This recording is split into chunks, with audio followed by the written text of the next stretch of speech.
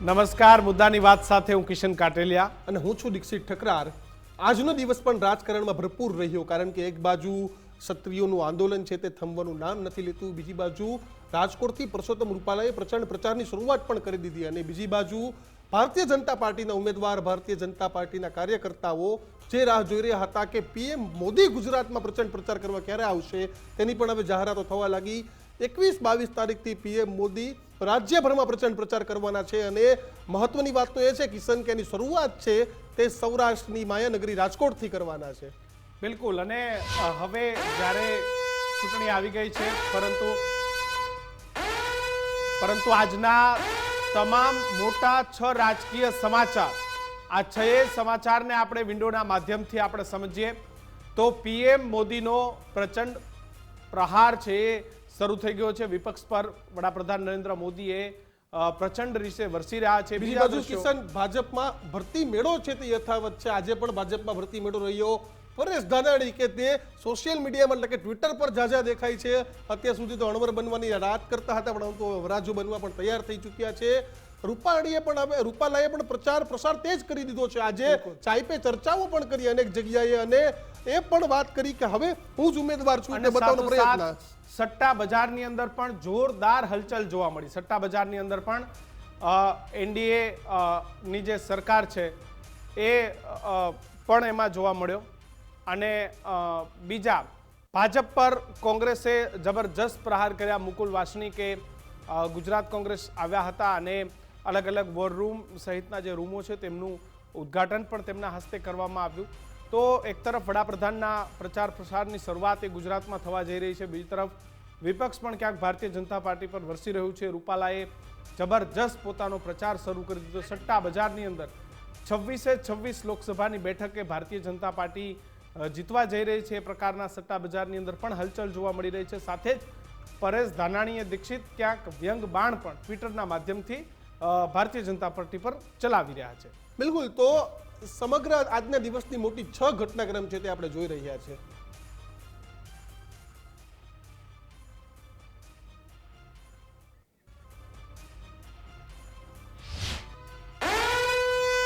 બિલકુલ. તો લોકસભા ચૂંટણી પૂર્વે સૌથી મોટા સમાચાર અત્યારે સામે આવી રહ્યા છે.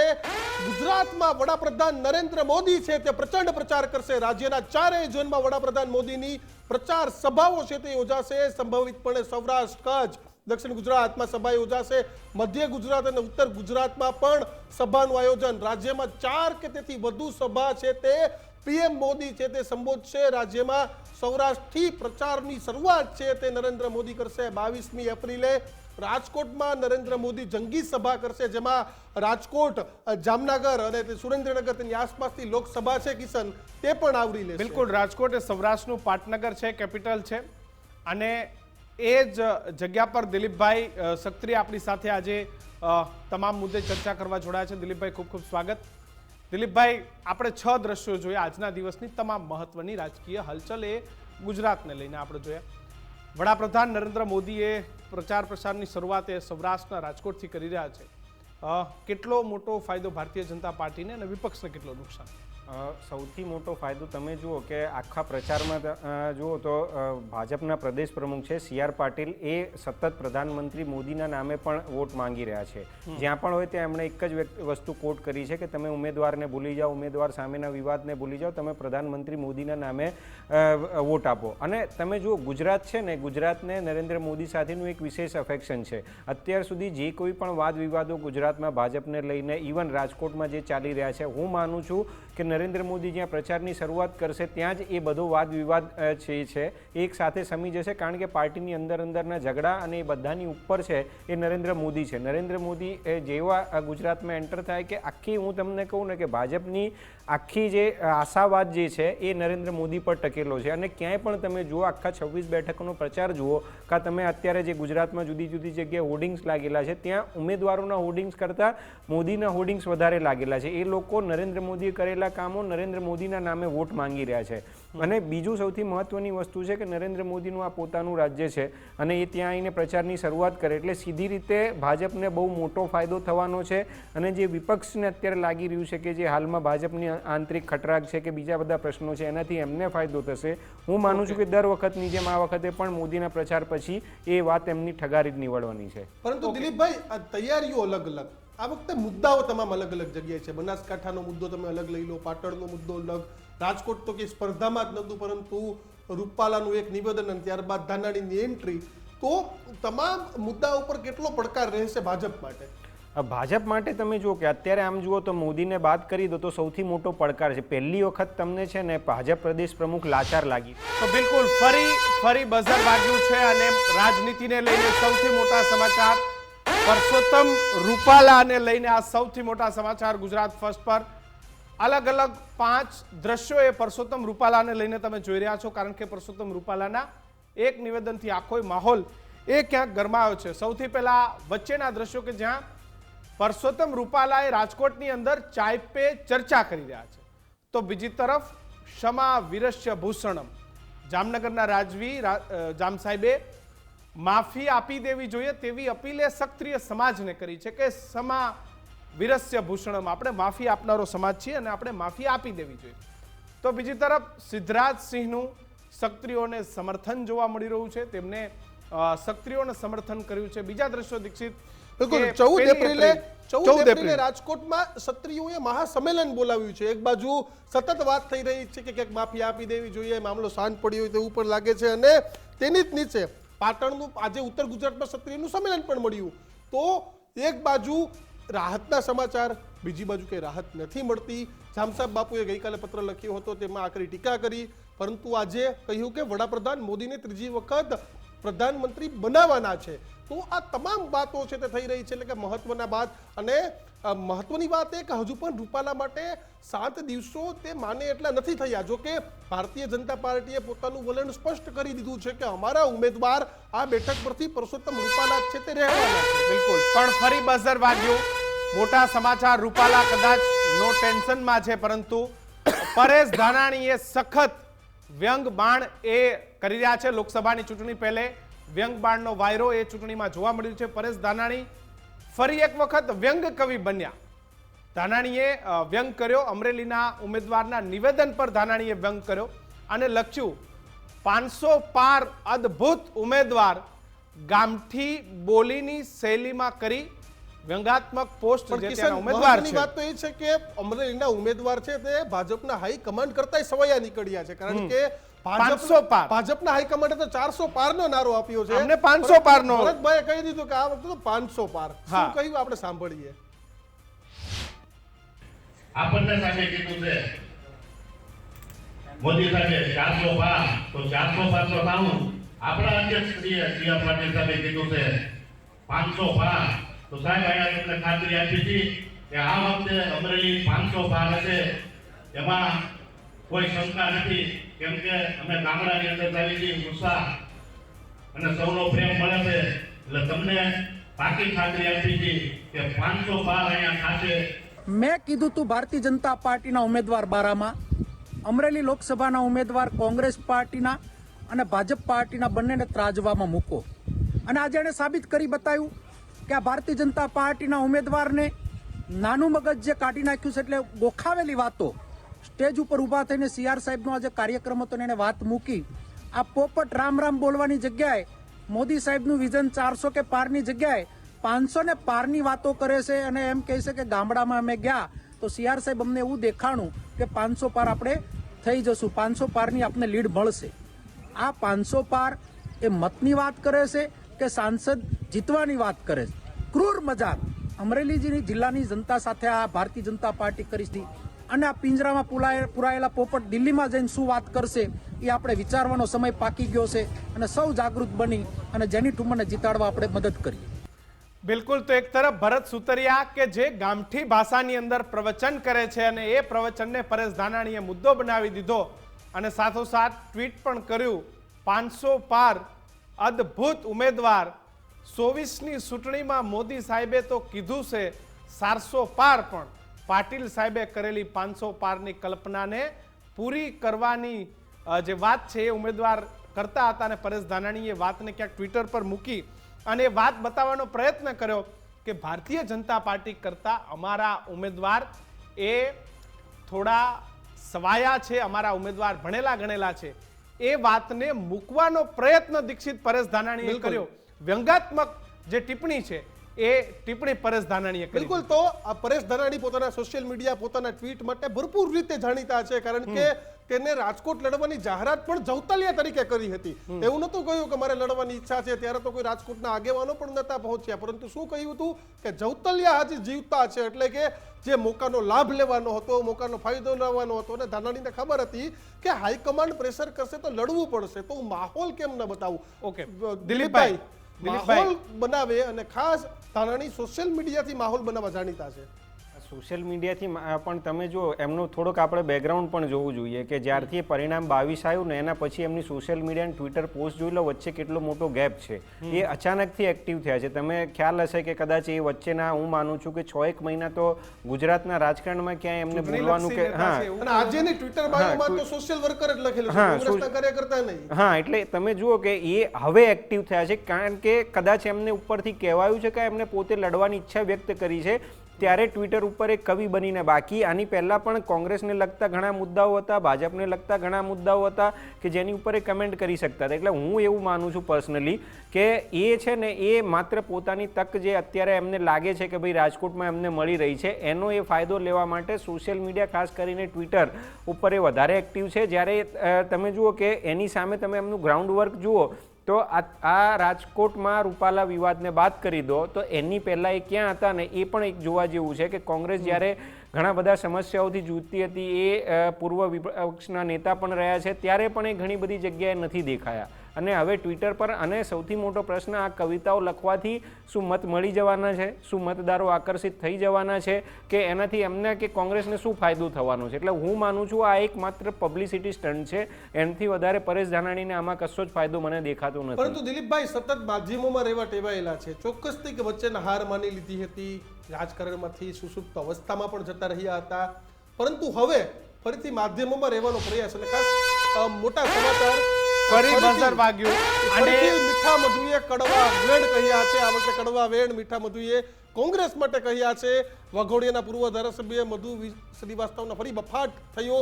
મધુ શ્રીવાસ્તવે બફાટનો વિડીયો વાયરલ થયો, તેમાં કહ્યું કે કોંગ્રેસમાંથી ટિકિટ માંગનારા કોંગ્રેસ ઉપર જ તેને ચાપકા મારી, કારણ કે અત્યાર સુધી કોંગ્રેસમાંથી ટિકિટ માંગતા હતા. અને મધુ શ્રીવાસ્તવે કોંગ્રેસ પાસેથી ટિકિટ માંગતા હતા અને કોંગ્રેસમાં ક્યાંક મધુ શ્રીવાસ્તવને એવું લાગ્યું કે આ કોંગ્રેસ તો મને ટિકિટ આપે એવું લાગતું નથી, અને મધુ શ્રીવાસ્તવે કહ્યું કે કોંગ્રેસ ડરે છે. કોંગ્રેસને ડર એ છે કે મધુ શ્રીવાસ્તવ જીતશે તો તેમને સાંભળશે કોણ? મધુ શ્રીવાસ્તવ ભાજપને ગાંઠતા નતા તો કોંગ્રેસને શું ગાંઠશે? આવી વાત કરી અને મધુ શ્રીવાસ્તવે ક્યાંક કોંગ્રેસ ટિકિટ નથી આપતી એ વાતનો બડાપો કાઢ્યો. શું કહ્યું મધુ શ્રીવાસ્તવે, સાંભળીએ. कांग्रेस को डर है, सच्ची बात तो बोलो, कांग्रेस को डर है कि मधुभाई को टिकट दी और मधुभाई जीत गए तो मधुभाई को संभालेगा कौन? तो बीजेपी को नहीं संभाल सकते, बीजेपी को नहीं काटते. બિલકુલ. જગદીશ મહેતા પણ આપણી સાથે જોડાઈ ગયા છે રાજકોટથી. જગદીશભાઈ, અલગ અલગ મુદ્દે ચર્ચા થઈ રહી છે. ખાસ તો મારે તમને પરસોત્તમ રૂપાલા વિશે જ સવાલ પૂછવો છે, કારણ કે આજે મેં 5 વિન્ડો પણ બતાવી, એને ચાય પે ચર્ચા પણ શરૂ કરી. જામ સાહેબ બાપુએ નિવેદન આજે થોડું બદલ્યું, ક્યાંક સિદ્ધરાજસિંહે નિવેદન ક્ષત્રિયોની તરફેણમાં પણ કર્યું. 18 તારીખે સંકલન સમિતિની એક સભાનું આયોજન, પરંતુ રાજકોટમાં માહોલ શું?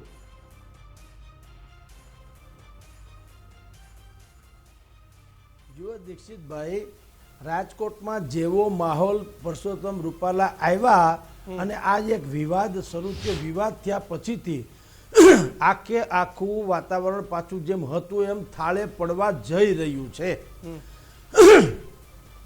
એનું કારણ જે છે કે ક્ષત્રિય નેતા એટલે કે ક્ષત્રિયના મોભી જેને કહ્યું છે જામ સાહેબને છેલ્લામાં છેલ્લો ગઈકાલનો પત્ર અને આજનો પત્ર, માંધાતાસિંહની 2 દિવસ પહેલાની પ્રેસ કોન્ફરન્સ, અને હવે ક્ષત્રિય સેનાનું જે લોકો સંચાલન સંભાળી રહ્યા છે એ લોકો પણ હવે જે લચીલાપન અપનાવી રહ્યા છે એ એમ સૂચવે છે કે કંઈક અંશે સમાધાન થઈ જશે. વડાપ્રધાન નરેન્દ્ર મોદી અહીંયા 20મી તારીખે રાજકોટમાં સભા કરવાના છે.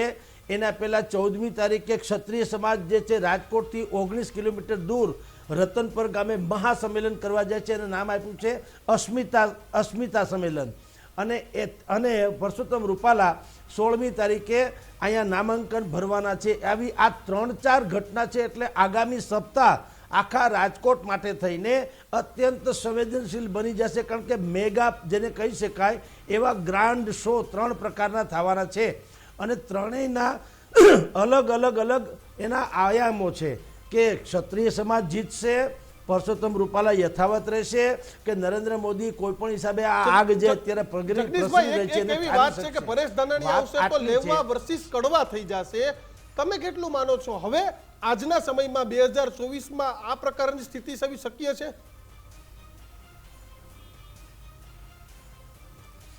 બિલકુલ નથી.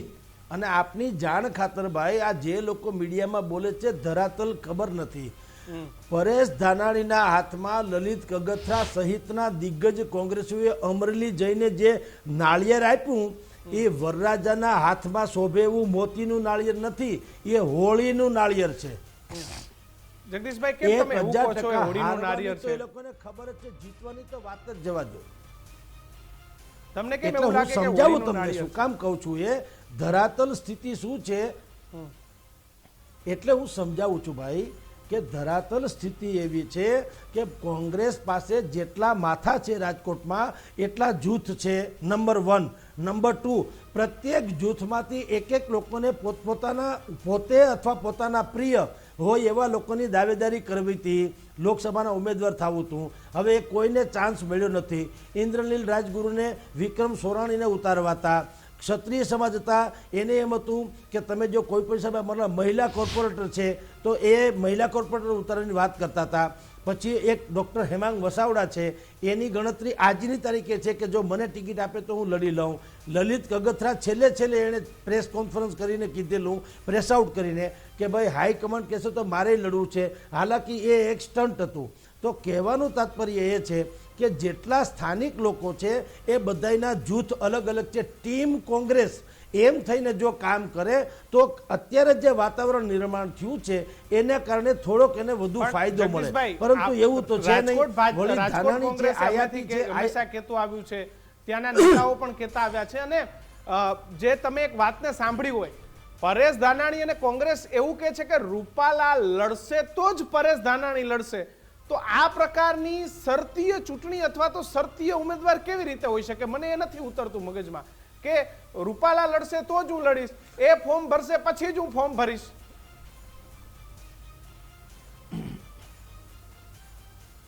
હું એ જ કહું છું, હિન્દુસ્તાનના ઇતિહાસમાં કદાચિત પ્રથમ એવા ઉમેદવાર હશે કે એ જો અને તોની શરતો સાથે લડી રહ્યા હોય. એટલે આ તો મેં આપણે કાર્યવાહ સીએમ સાંભળ્યું હતું, કાર્યવાહ પીએમ સાંભળ્યું હોય, આ કાર્યવાહ ઉમેદવાર છે. તમે કલ્પના કરો, જો પરસોત્તમ રૂપાલા યથાવત રહે તો એમ કે હા હવે એ ન રહે તો પાછું આ અત્યારે જે વરરાજા બન્યા છે એ પાછા અણવરે નહીં, જાનૈયા નહીં, એ પાછી લીલા તોરણે આખી જાન પાછી આવવાની. તો આવું તે ક્યાંય હોતું હશે? કમસે કમ કોંગ્રેસે શું કરવું જોઈતું હતું કે ભાઈ એક વસ્તુ છે, અમારા ઉમેદવાર છે એ ભાઈ પરેશભાઈ ધાનાણી. આ તો એમ નહીં, મેં આપને કીધું તેમ કે જો ફલાણું હોય તો આ, નહીં તો તમે રિટર્ન. હવે બીજી વાત તમને કહું, કોંગ્રેસે 3-4 વરરાજા તૈયાર રાખવા પડશે. કારણ કે માંડવેથી લાલ લીલા તોરણે જાન પાછી ન જાય. એટલે 2 ઘડી માની લ્યો કે છેલ્લી ઘડીએ પરસોત્તમ રૂપાલા કદાચિત કોઈ પ્રેશર ઊભું થાય ક્ષત્રિય સમાજનું અને છેલ્લી ઘડીએ એ ફોર્મ પાછું ખેંચી લે તો તમારી પાસે વિકલ્પ તો હોવો જોઈએ. કારણ કે તમે તો કીધું જ છે કે તો પરેશ ધાનાણી નહીં લડે. બિલકુલ. તો મોટા સમાચાર છે જગદીશભાઈ આવી રહ્યા છે. લોકસભાની ચૂંટણીને લઈને કરોડો રૂપિયાનો સટ્ટો છે તે ત્યાં રમાઈ રહ્યો છે. સટ્ટા બજારમાં એનડીએ ફૂલ ફોર્મમાં દેખાઈ રહી છે. બજારમાં એનડીએને બહુમતી છે તે મળી રહી છે. ચૂંટણી પૂર્વે કરોડો રૂપિયાનો સટ્ટો છે તે અત્યારે લાગી રહ્યો છે સટ્ટા બજારમાં. એકલા ભાજપને 316 થી 319 બેઠકો મળી રહી છે. એટલે કે આ વખતે પણ સ્પષ્ટ બહુમતીને પાર. કોંગ્રેસ 44 થી 47 બેઠક પર સમેટાઈ રહ્યું છે તેવું અનુમાન. ગુજરાતમાં 26 માંથી 26 બેઠકો. દિલીપભાઈ, જે પ્રમાણેની આશંકા હતી સટ્ટા બજાર સ્પષ્ટ બહુમતી દેશમાં તો આપી રહ્યું છે, પરંતુ આપણે વાત ગુજરાતની કરવી છે. 26 માંથી 26 ત્રીજી વાર ક્લીન સ્વીપ. ક્લીન સ્વીપ તમે જુઓ કે સટ્ટા બજારની આપણે વાત છોડી દઈએ ને તો ગ્રાઉન્ડ ઉપર પણ ક્લીન સ્વીપ જ દેખાય છે. મીડિયામાં ચાલતા સમાચારોને બાદ કરીને આપણે ગ્રાઉન્ડ ઉપર જ્યારે જઈએ તો ખ્યાલ આવશે કે કોંગ્રેસના કાર્યકર્તાથી માંડીને બૂથથી માંડીને સંગઠનથી માંડીને કેટલું સક્રિય છે, એમના ઉમેદવારને વિશે લઈને કેટલી બધી લોકપ્રિયતા છે, એ પોતે કેટલા વિસ્તારમાં જાણીતા છે, એવા ઘણા બધા પ્રશ્નો છે. તમે લોકલ લેવલે જઈને જો તપાસ કરશો ને તો ખ્યાલ આવશે કે ભાજપને કેમ 26 માંથી 26 જવાની છે. હજી તમે જુઓ કે હમણાં જ તમે કીધું પરેશ ધાનાણીને જુઓ ને તો ચાલે છે. હવે તમે વિચારો કે મતદાતા જોવે ને તો પછી ક્યાં સુધી તમારી ઉપર રાહ જોઈને બેસે, તમે નક્કી કરો પછી એ જાય. એના સિવાય પણ જે ઉમેદવારો નક્કી કર્યા છે એમાં 3-4 ઉમેદવારોને બાદ કરતા એમના જે કોઈ પણ એમનું કાર્યક્ષેત્ર છે, એમના વિધાનસભા કે એમનું જે ધારાસભા હતી કે જે જ્યાં રહે છે એની આસપાસથી બહાર ક્યાંય નથી. તમે જો દિલીપભાઈ હજુ ગુજરાતમાં તો ફોર્મ પણ નથી ભરાણા.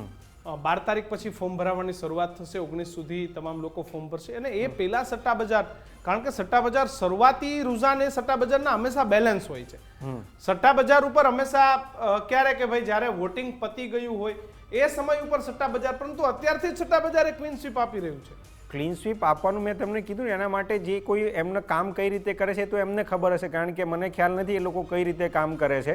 કામ માત્ર આપણે એટલું છે કે ગ્રાઉન્ડ ઉપર જોવાની વાત છે. એ લોકો જેમ આપણે પત્રકાર તરીકે ગ્રાઉન્ડ ઉપર જોઈએ છે એવી રીતે એ લોકો પણ ગ્રાઉન્ડ ઉપર જોતા હશે કે ભાઈ ત્યાં શું છે, કઈ રીતનું છે, સ્થિતિ કેવી છે, કારણ કે એમાં છે ને આખો એ પૈસાનો મામલો છે. આપણે એમાં ન પડીએ કે કઈ રીતે એ લોકો કામ કરે છે. આપણે પત્રકાર તરીકે જોઈએ કે શું કરે, કઈ રીતે કહે છે, કારણ કે એ સટ્ટા બજારનું કામ છે, એમને કઈ રીતે ખોલવું, કોને શું આપવું ને કોને બહુમતી આપીને જીતાડવી. બાકી ગ્રાઉન્ડ ઉપર જોઈએ તો હું એ વાતને કહું છું કે ભાઈ 26 માંથી 26 બેઠકો ભાજપને જતી હાલ તો દેખાય છે.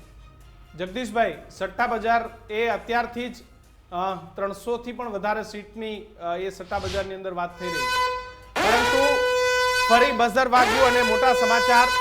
પરસોત્તમ રૂપાલાના સક્રિય સમાજના નિવેદનના મામલે જામનગરના જામ સાહેબે સૌથી મોટું નિવેદન આપતા કહ્યું, ક્ષમા વિરસ્ય ભૂષણમ, આપણા ધર્મને યાદ કરી માફી આપવી જોઈએ. રૂપાલાએ 2 વાર માફી માંગી છે.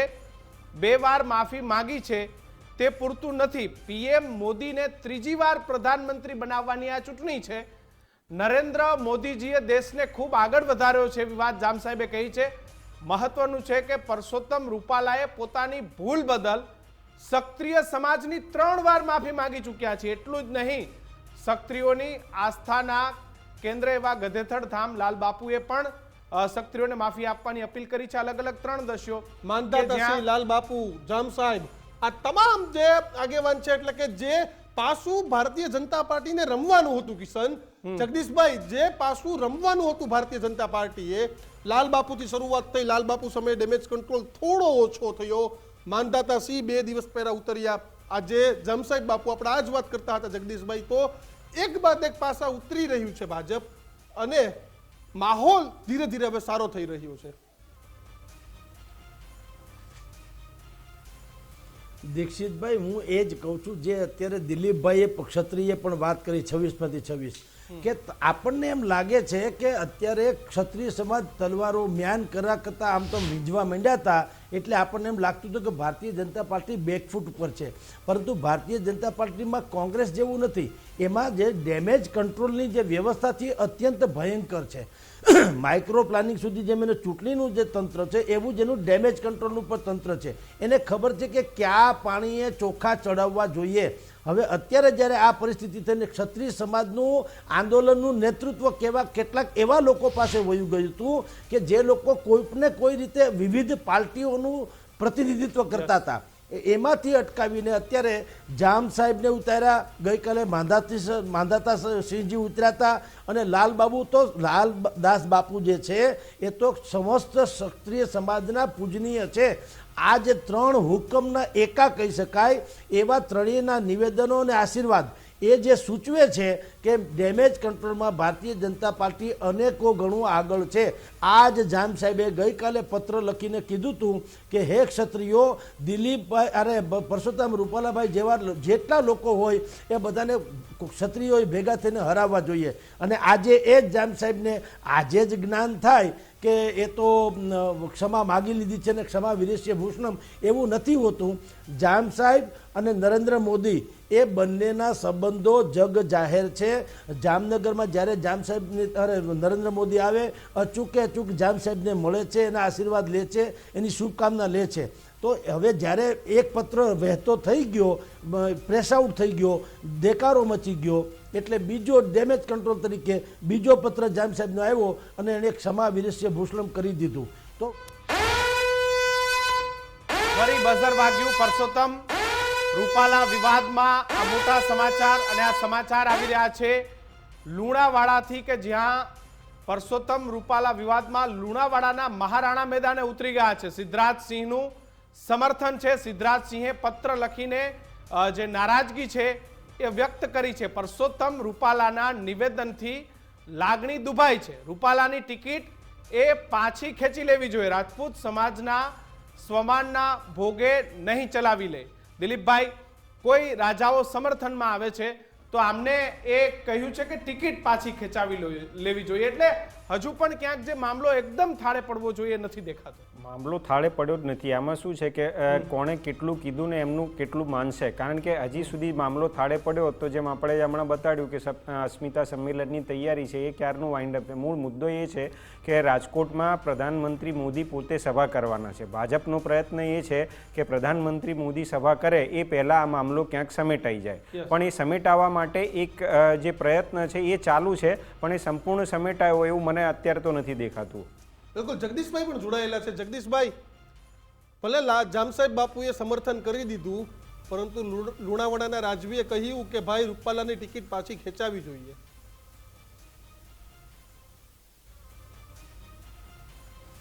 જુઓ ભાઈ, ટુંડે ટુંડે મતિર ભિન્ના.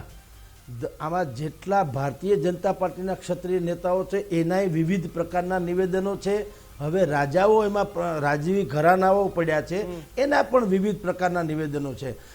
કારણ કે હવે જેને એકતા કે સંગઠન કહી શકાય એવું નથી રહ્યું. દરેકના પોતપોતિકા મત છે.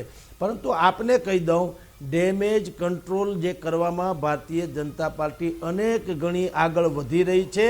અને અસ્મિતા સંમેલન, એ સંમેલન આપની જાણ ખાતર એક સમાપના સંમેલનમાં પણ પલટાઈ શકે એવી બધી અત્યારે ગઠબંધન દિલ્હી સુધી ચાલી રહી છે. ક્ષત્રિય સમાજનું શરતો મૂકી છે. કઈ રીતે જગદીશભાઈ, કઈ રીતે સમાપના, કેવી રણનીતિ, શું સ્ટ્રેટેજી બની રહી છે? સાંભળો.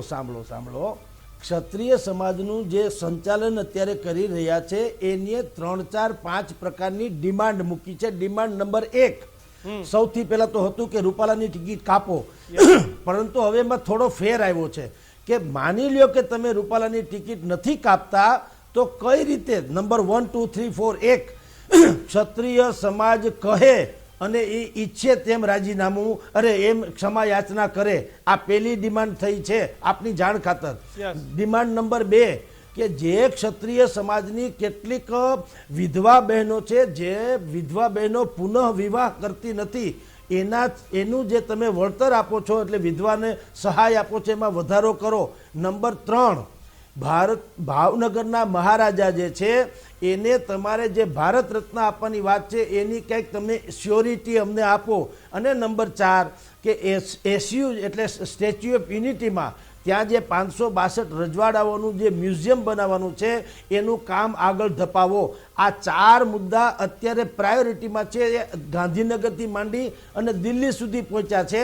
અને જો પરસોત્તમ રૂપાલા ક્ષત્રિય સમાજ ઈચ્છે તેમ અને માગે તેમ, એટલે કે લેખિતમાં અને જાહેરમાં, દાખલા તરીકે કહું છું, લેખિત અને જાહેર, આમાં જો એ ક્ષમા યાચના કરે તો ક્ષત્રિય સમાજની સંકલન સમિતિ જે છે એ ક્ષત્રિય સમાજને પૂછશે કે બોલો હવે આપણા ધર્મગુરુઓ કહે છે, આપણા રાજવી ઘરાનાઓ કહે છે, આપણી સરકારે કહે છે, સ્વયં પરસોત્તમભાઈએ માફી માગી છે, અને હવે આપણી જે માગણી છે કે જાહેરમાં બોલ્યા હતા તો જાહેરમાં માફી માગો અને જાહેરમાં નહીં લેખિતમાં માગો. તો આ બંને વાત જો શરતો મંજૂર થઈ જાય તો પરસોત્તમ રૂપાલાને ક્ષમા આપવાની પણ પહેલ થઈ શકે છે. ઓકે, એટલે જગદીશભાઈ, અત્યાર સુધીના આપણે અનેક આંદોલન જોયા, પાટીદાર આંદોલન જોયું, ઓબીસી આંદોલન જોયું અને છેલ્લે એમાં જ પ્રકારની વ્યવસ્થાઓ સરકાર ક્યાંક લઈને આવતી હતી. અલ્પેશ ઠાકોરનું જ્યારે વ્યસન મુક્તિનું આંદોલન હતું અને એ જ પ્રકારે આજે ક્ષત્રિય સમાજ માટે પણ એમની જે કંઈ માંગો છે એ માંગ પર સરકાર એ વાત લઈને આવી શકે છે. જગદીશભાઈ, દિલીપભાઈ, આ બંને અમારી સાથે ચર્ચામાં જોડાયા બદલ આપ બંનેનો ખૂબ ખૂબ આભાર. તો દીક્ષિત, હવે આ એ જ સરકાર છે કે જેને આંદોલનને કઈ રીતે થાળે પાડવું ને એનો જોરદાર અનુભવ છે. 2017 નો અનુભવ છે. હા. 2015 થી આ ઠીક છે, સરકારને મંત્રીઓ અનુભવ છે. બદલાઈ ગયા છે, સીએમ બદલાઈ ગયા છે. આંદોલન કરનારા ધારાસભ્યો બની ગયા છે એ પણ ભારતીય જનતા પાર્ટીના. અલ્પેશ ઠાકોર હોય, હાર્દિક પટેલ હોય, બિલકુલ જિગ્નેશ મેવાણીનું સ્ટેન્ડ કોંગ્રેસ તરફ હતું તો પણ એ પણ એક પક્ષ સાથે જોડાઈ ગયા. આંદોલનના આજે પણ જે આ આંદોલન કરી રહ્યા છે, ભવિષ્યમાં આમાંથી પણ કોઈ મંત્રી સંત્રી કે ધારાસભ્ય જોવા મળે એટલે એમાં કોઈ નવાઈની વાત નથી. આ જે એક સંસારનો નિયમ છે, કારણ કે લાલુ પ્રસાદ યાદવ હોય કે જેપી આંદોલનના નેતાઓ હોય, ક્યાંક ને ક્યાંક આંદોલન છે તે રાજકારણમાં આવવાનો એક પ્રવેશદ્વાર રહ્યો છે. તો આ એક પ્રવેશદ્વાર, આ એક સમય, આ એક મોકો, પરંતુ ચૂંટણીનો સમય છે તો ભારતીય જનતા પાર્ટી પણ ઝડપથી ડેમેજ કંટ્રોલના મોડમાં છે અને 48 કલાકથી એવું દેખાઈ પણ રહ્યું છે. અને આંદોલનમાં હંમેશા બાર્ગેનિંગ થતું હોય છે. તમે તમારી માંગ આટલી મોટી લઈને જાઓ પણ સરકારને ખબર હોય છે કે તમારી માંગને કેવી રીતે સંતોષવી. પરંતુ આ તો ક્ષત્રિય આંદોલન એ કોઈ માંગ સાથેનું આંદોલન નથી. આ પણ આપણે અહીંયા સમજવું જોઈએ ને એ વાત સરકારે પણ સમજવી જોઈએ. ડિમાન્ડ એક જ છે કે પરસોત્તમ રૂપાલાની ટિકિટ રદ કરો અને એ રદ નથી થતી અને કેસન હવે થઈ રહી છે ડેમેજ કંટ્રોલ. ત્યારે જોવાનું એ રહેશે કે આખો ઘટનાક્રમ શું થાય છે. જો તમારે પણ આ ઘટનાક્રમ આખો જોવો હોય તો ગુજરાત ફર્સ્ટ સતત જોતા રહેજો, કારણ કે એક સેકન્ડ, એક મિનિટની અપડેટ છે તે અમે તમને આપતા રહીશું. હાલ અમને રજા આપશો. નમસ્કાર.